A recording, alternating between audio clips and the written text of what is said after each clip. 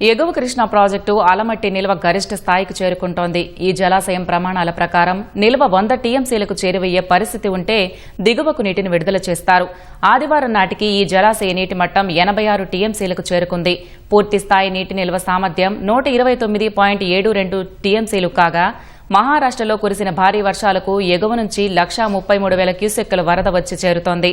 నేడో రేపో ఆలమట్టి గేట్లు ఎత్తి వరదను దిగువన ఉన్న నారాయణపూర్ జలాశయానికి విడుదల చేయనున్నారు. కృష్ణా నది ఎడారిలా మారిన వేళ ఇది శుభవార్తగా ప్రజలు ఆనందం వ్యక్తం చేస్తున్నారు. నారాయణపూర్ జలాశయం పూర్తి నిల్వ 37.64 టీఎంసీలు కాగా ప్రస్తుతం 23.47 టీఎంసీ మట్టం వద్ద ఉంది. ఈ జలాశయం కూడా గరిష్ట స్థాయికి చేరితే దిగువన ఉన్న జూరాలకు ప్రవాహానికి విడిచిపెడతారు. ఆలమట్టి ఎగువ నుంచి ఇదే మాదిరి వరద కొనసాగితే వారంలో జూరాలకు నీటిని వదిలే అవకాశాలు ఉన్నాయని అంచనా వేస్తున్నారు. మేడిగడ్డ బ్యారేజీ వద్ద ప్రాణహిత నది ప్రవాహం తగ్గింది.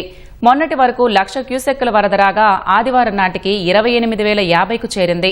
ప్రాణహిత పారివాహంలో వర్షాలు తగ్గుముఖం పట్టడంతో ప్రవాహం నెమ్మదించింది. మేడిగడ్డ దిగువన సమ్మక్క సారక్క వద్ద 49,400 క్యూసెక్కుల ప్రవాహం గోదావరిలో దిగువకు వెళ్తోంది. కృష్ణా గోదావరి నదుల పరివాహకాల్లో ఏ ఇతర భారీ మధ్య తరహా ప్రాజెక్టులు లేవు.